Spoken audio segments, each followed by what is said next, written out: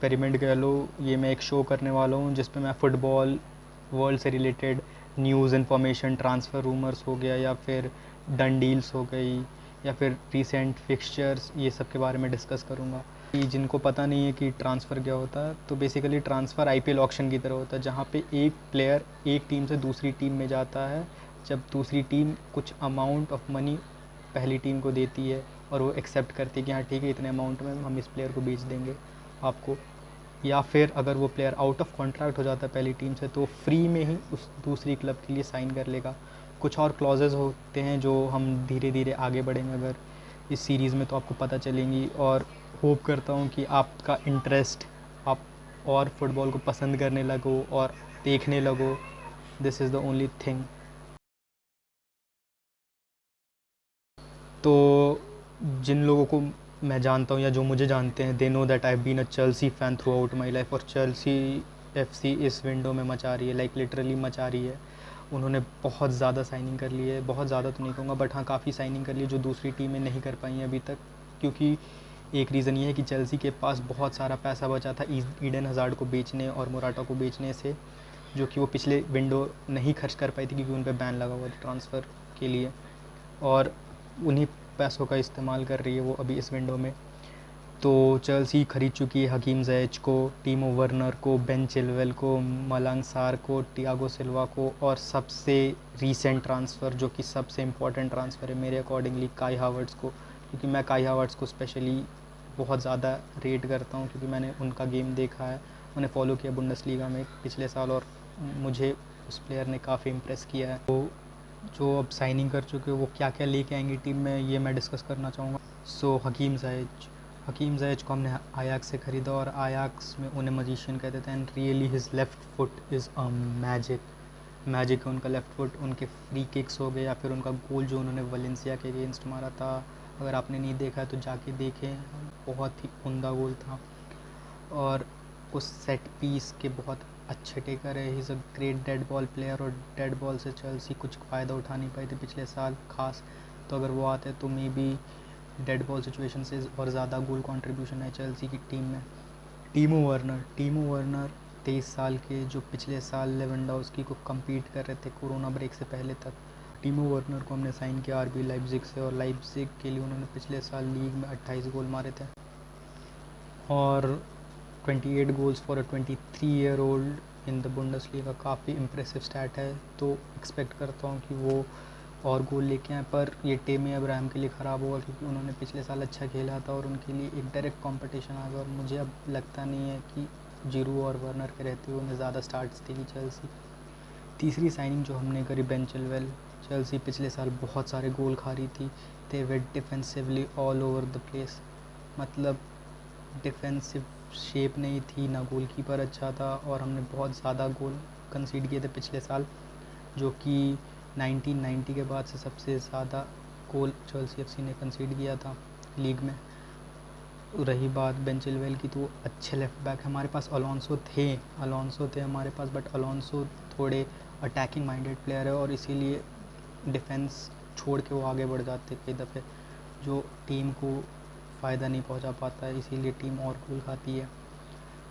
अगली साइनिंग जो थी मलंग सर, उसके बारे में हम बाद में बात करेंगे। उससे पहले हम बात करते हैं टियागो सिल्वा फ्री एजेंट है, मतलब हमने 1 रुपया नहीं दिया है उनके लिए, और उन्हें ख़रीदा है भले 35 ईयर्स के, पर वो लीडरशिप लेके आएंगे पिच पर, जो चेल्सी मिस कर रही थी काफ़ी सीज़न से आफ्टर जॉन टेरी। क्योंकि जॉन टेरी एक अच्छे लीडर थे पिच पर, उनके जाने के बाद वो एक लीडरशिप जो बात होती है एक गुड लीडर की, जैसे टीम इंडिया के लिए धोनी ने किया है, विराट कर रहे हैं, रोहित शर्मा मुंबई इंडियंस के लिए करते, वैसे ही एक अच्छी लीडरशिप क्वालिटी पिच पे लेके आएंगे टियागो सिल्वा, जो कि बहुत ही हेल्प करेगी हमें।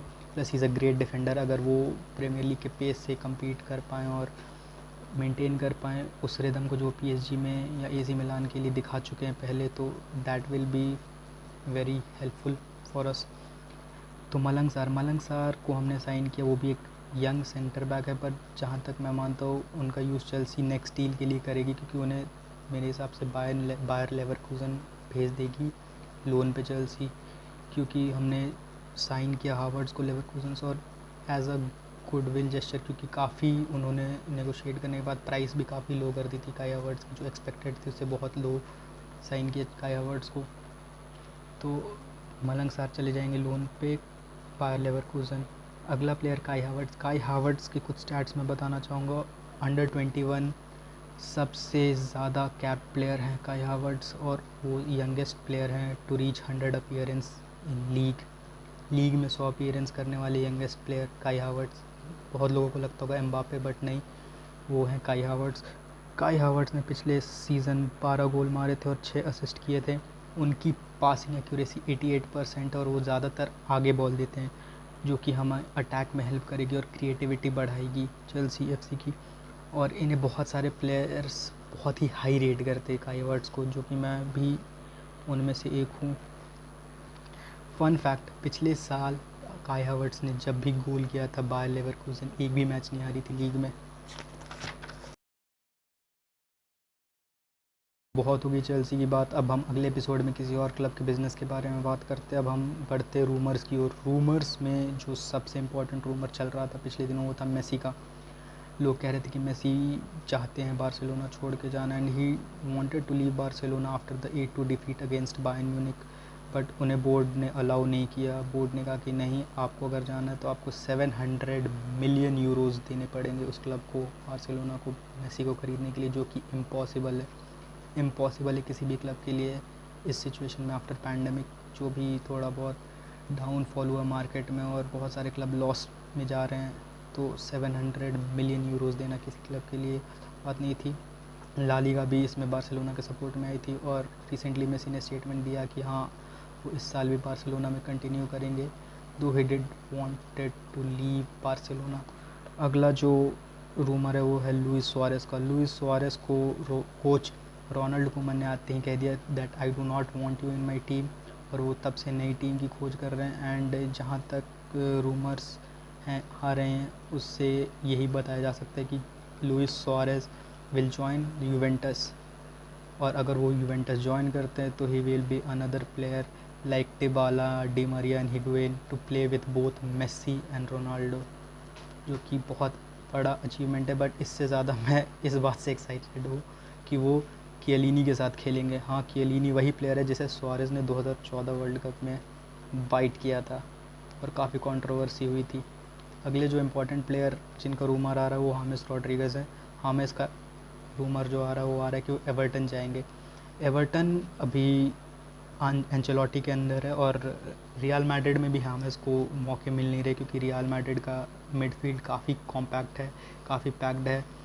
ज़िडान उससे छेड़छाड़ नहीं करते हैं, वही रोटेट करते हैं जो उनके ट्रस्टेबल प्लेयर्स हैं। और ओडगार्ड के आने के बाद तो और भी मिडफील्ड में जगह नहीं मिलने वाली है हामिस को, तो ये सही टाइम है वो मूव कर जाएं। और एवर्टन का नाम आ रहा है उनको साइन करने के लिए, और एवर्टन जाना सही मूव हुआ, क्योंकि एक तो वो एंचेलोटी के साथ वापस से रीयूनाइट करेंगे, एंड देखते हैं कैसा खेलते हैं वो एंचेलोटी के अंदर। और हामिस अच्छे प्लेयर है, इफ़ ही परफॉर्म्स तो एवर्टन शायद यूरोपा लीग के लिए भी क्वालिफाई कर जाए, हु नोज़। तो हमारा अगला सेक्शन है रिज़ल्ट्स का। तो रिज़ल्ट में अभी रिसेंटली नेशंस लीग चल रही है, तो उसी पे हम कंसंट्रेट करेंगे। तो नेशंस लीग में जर्मनी और स्पेन का एक मैच हुआ था जो ड्रॉ रहा था 1-1। टीमो वर्नर ने गोल मारा था और 96 मिनट पे होज़े गाया ने इक्वलाइज़ किया था।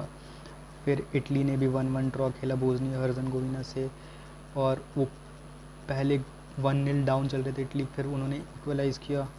नीदरलैंड्स ने पोलैंड को 1-0 डिफीट किया, और टॉटनहैम के नए अटैकर बर्गविन ने उस मैच में गोल किया था। और अभी कल मैच हुआ उसमें स्पेन जीती। जिस टीम ने मुझे सबसे ज़्यादा इम्प्रेस किया अभी तक जितने भी मैचेस हुए हैं उसमें, वो है पोर्टुगल की team. Portugal were playing without Ronaldo. Portugal में रोनाल्डो नहीं खेल रहे थे, और फिर भी उन्होंने 4 गोल मारे। और अगर आप वो गेम देखते तो आप कह सकते थे कि वो आराम से 8 या 9 गोल भी मार सकते थे। काफ़ी चांसेस वो कन्वर्ट नहीं कर पाए थे, या फिर वो एंड बॉल सही नहीं मिल रही थी अटैकर को, और 2-3 शॉट्स डिफ्लेक्ट भी हुए थे क्रॉस बार से। तो Portugal were playing exceptionally well. 4-1 उन्हें पोर्टुगल ने क्रोएशिया को हराया। तो अभी फ़िलहाल इतना ही स्टफ़ है मेरे पास, इतना ही कंटेंट है मेरे पास जो आपको बताऊं। अगर आपको ये अच्छा लगा तो प्लीज़ कमेंट अपने आइडियाज़, अपने ओपिनियन कमेंट करके बताएं मुझे कैसा लगा, और अगले शो के लिए अगर आपके पास कोई और आइडिया है तो वो भी मुझे बताएं. I would like to take ideas and improve this show for all of my viewers. So please like, comment, and अगर आप चाहते हैं इंडिया में फ़ुटबॉल और ग्रो करे, लोग फुटबॉल देखना स्टार्ट करें, तो प्लीज़ शेयर दिस वीडियो.